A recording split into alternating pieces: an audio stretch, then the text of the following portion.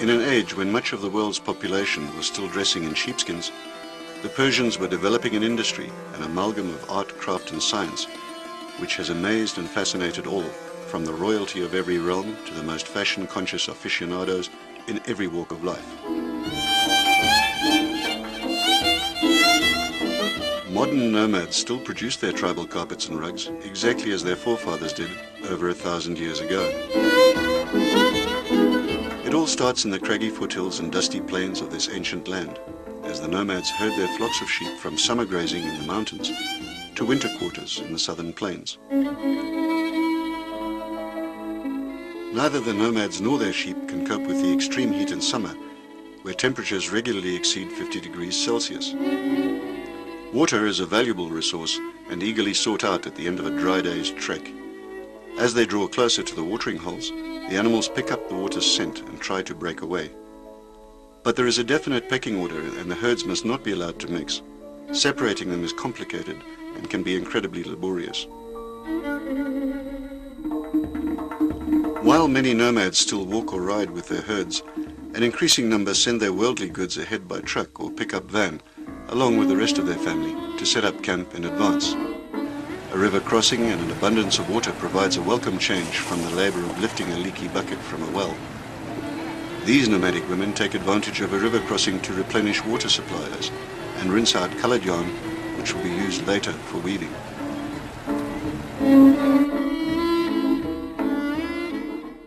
Reunited in camp, life takes on a different, more purposeful rhythm. The daily chores must be done and work starts on a new season's offerings of carpets, rugs, straps, bags and other decorative works. Nomadic women reflect the wealth and status of their family and tribe by their colorful dress and through the carpets and rugs they weave. Money raised from the sale of rugs and carpets has improved the nomads' lot, and for those that choose to continue the nomadic lifestyle, carpet weaving provides a good living with a steady income. And that income starts even before the first knot is tied on the loom. Raw sheep's wool must be spun into strands of yarn and bundled into skeins and then sent off for dyeing. Typically, one woman will be capable of spinning about 150 grams of yarn in a day. A major producer of rugs and carpets like the Zollanvari company would dye over 1,000 metric tons of wool a year and provide a regular income to about 800 families just from yarn spinning alone.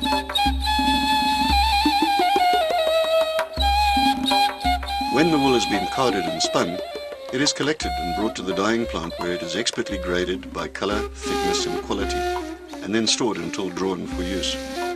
The dyeing process is time-consuming and requires patience and a great deal of skill and experience, as in fact do all the disciplines in carpet making. Many of these workers learned their skills from their fathers and grandfathers or even great-grandfathers. Most of the present generation of Iranian carpet workers are at least second or third generation, and some are fourth generation carpet people. Dyeing starts with water being brought close to boiling point in large electric vats, and the correct amount of ingredients selected and added to produce the appropriate brilliant colors. To obtain the rich shades of turquoise and green called for in Zollanvari rugs, wool that has earlier been dyed a deep indigo blue must be reprocessed or re-dyed using a vegetable that gives off a yellow dye. When the water has reached the right temperature, a crushed mineral which is mined in the local mountains is added. This contains natural acids which break down the wool's resistance to the dye. The foreman tests a skein of wool. From experience, he is able to judge whether to proceed, heat the water further, or add more dye. But satisfied with the result, he gives the order and the batch of blue wool is quickly loaded into the vat. After being thoroughly saturated, the newly dyed wool will be kept in the vat at the correct temperature for up to 24 hours. All the ingredients used in the dyeing process are natural. No synthetics or manufactured chemicals are used, and all ingredients are grown or produced locally. The yellow vegetable dye comes from a bush called joshir, which is collected in the mountains, then dried and crushed. Another difficult color to achieve in a specific shade is red. The dyeing process is not 100% identical each time, because the quality or strength of the vegetable dye can vary slightly. The temperature or time may be different. Every action and each ingredient plays a part, and the longer the dyeing period, the greater the possibility for variation in one of the elements, with the possibility of the wrong color emerging at the end of the day. To successfully dye a batch of yarn red, it must be processed twice, and both times it'll go through dyeing over a 24-hour period. Another mountain bush, locally called ronas, is highly prized for its dye-producing properties.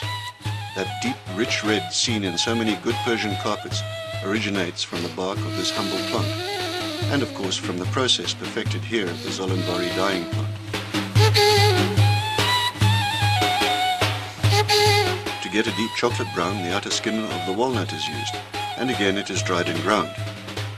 Here, the mixture of ronas and walnut will produce a warm reddish brown. But looking at the mixture in the vat, it's hard to imagine the end result. The rinsing process follows. It's straightforward but very important.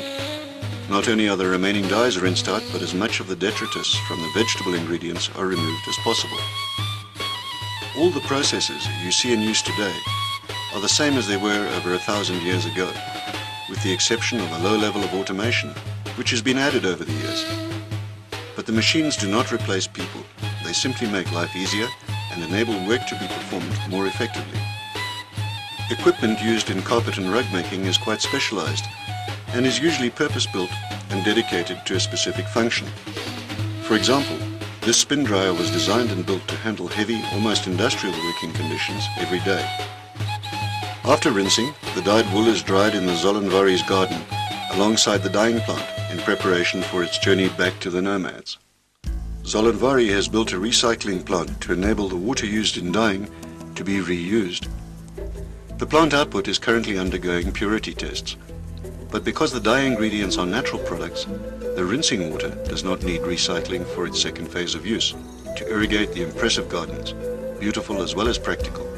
Decorative flowers, shrubs, and surround a field of vegetables, all grown using the rinsing water. The Zollanvari family has invested a great deal in the region, not only by providing incomes for nomads of the southern Zagros mountains, but for builders, artisans, clerks, administrative staff, and the many master craftsmen who work behind the scenes here in the main depot. The dry, dyed yarn in all its glorious color starts its journey back to the nomadic tribes or families for the next chapter in the story. Sheep are the main source of the nomads' wealth, as it is from their wool that high-quality carpets and rugs are made. But goats are just as important to the nomads. The milk and meat produced are obviously of great value, and so is the hair. More coarse than wool, goat hair is used to make the guy ropes and tents in which the nomads live for all or part of the year. Weaving looms were traditionally made of wood, but are mostly of tubular steel pipe these days. This enables large formats to be produced without distortion of the carpets. These looms can also be broken down, transported to the next campsite, and reassembled with relative ease. The weavers kneel to work, threading the first weft or horizontal threads in and out of the warp threads to form the woven border. The technique is also used to make whole carpets called kilims. But in other styles, only the border is kilim and strengthens the end of the rug.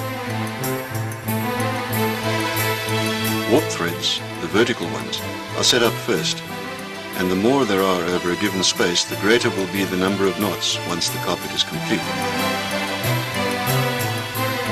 The nimble fingers of the nomad pass a single strand of wool yarn, the weft, around two warp threads.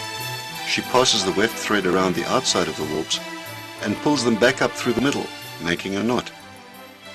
The type of knot used does not have any effect on the quality of the carpet, but it can tell an expert where the carpet came from, which tribe made it, and probably in which year it was made.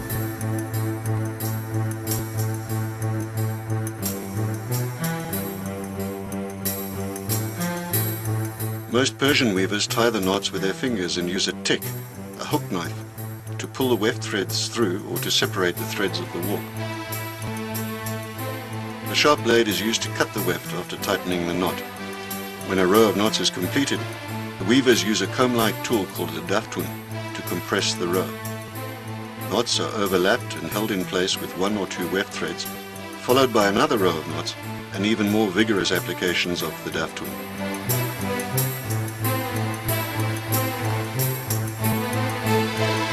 The names Turkish and Persian are misleading when applied to describing the knots used in carpet making. Both types are used freely in every region of every country that has a history of carpet making. In fact, the business of naming knots and even carpets can be extremely confusing. For example, Sene, the alternate name for a Persian knot, is also a weaving town. And in Sene, they mostly use the Turkish knot to make the rugs.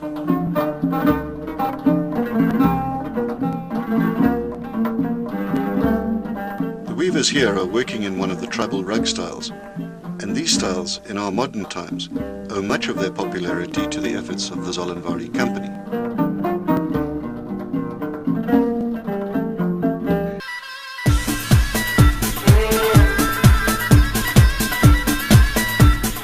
Although it is a vigorous process, no damage is done, and surprisingly, none results from the next stage, in which the carpet is subject to a searing gas flame which burns off stray fibers and hairs.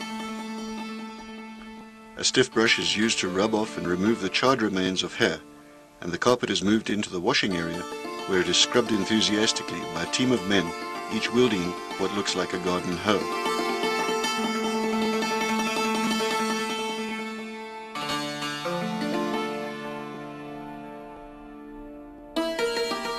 Finally, the soap, no detergent is used, is rinsed off in the same manner with the hose. The floor of the washroom is sloped so that the water runs off across it. After rinsing, a long spin in the custom-built high-speed dryer, and the carpet joins all the others in the sun, where it is left to dry naturally.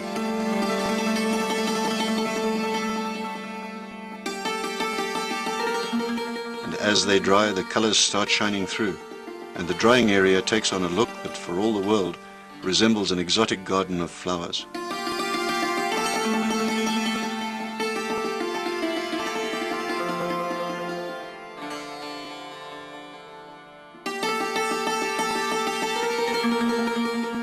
Even though cold water is used during cleaning, the carpets shrink, and they must be restored to their original size. So before they are fully dry, carpets are brought into the large hall where they're measured again.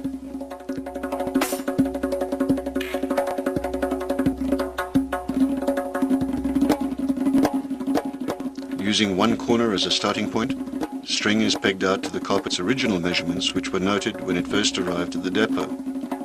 To restore the carpet, it has to be stretched back to its original size.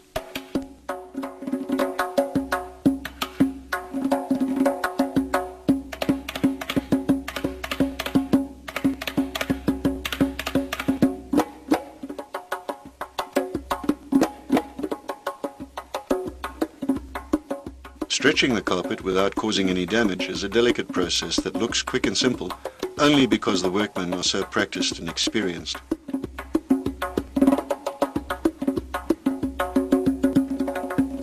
Once the carpet has been restored to its original size, it goes into a final drying area, a loft, where heaters and fans keep the temperature constant at around 40 degrees Celsius.